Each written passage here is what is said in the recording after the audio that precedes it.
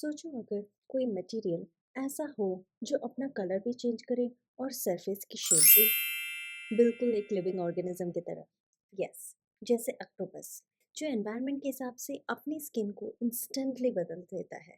आज हम बात करेंगे एक ऐसी ग्राउंड ब्रेकिंग साइंटिफिक डिस्कवरी के बारे में जो नेचर जर्नल में पब्लिश हुई है, जहाँ साइंटिस्ट ने ऑक्टोपस से इंस्पायर्ड एक सिंथेटिक स्किन डेवलप की है।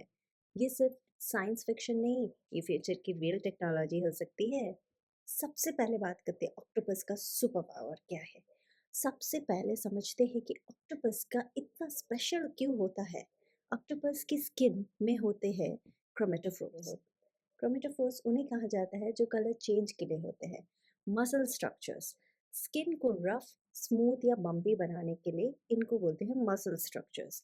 मतलब ऑक्टोपस पत्थर जैसा रफ दिख सकता है, रेत जैसा स्मूथ हो सकता है, लाइट या डार्क कलर इंस्टेंटली ले सकता है, और ये सब मिली सेकेंड्स में होता है।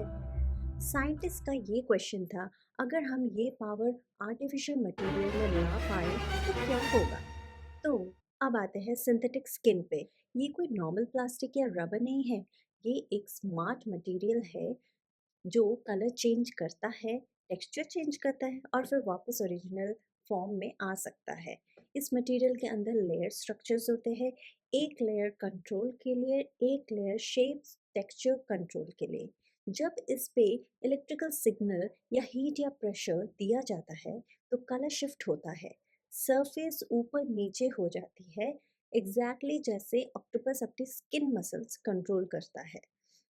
अब आते हैं सबसे बड़ी ब्रेक थ्रू क्या है।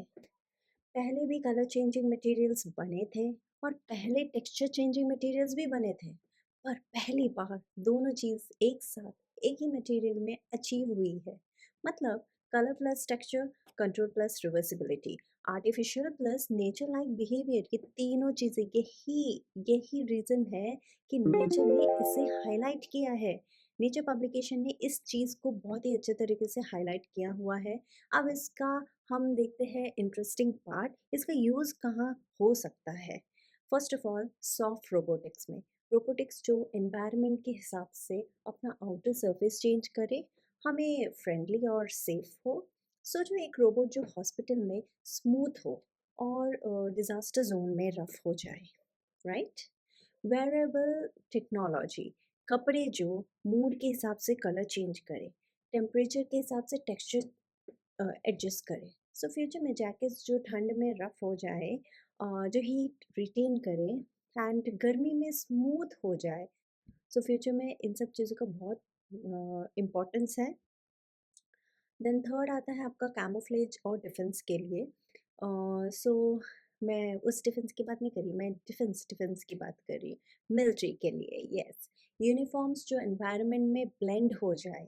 सो कैमोफ्लाज इस चीज़ में बहुत यूज़फुल होता है for military peoples. So desert, जंगल, स्नो सब जगह अडेप्ट हो सकता है। सो एग्जैक्टली ऑक्टोपस के स्टाइल का कैमोफ्लेज।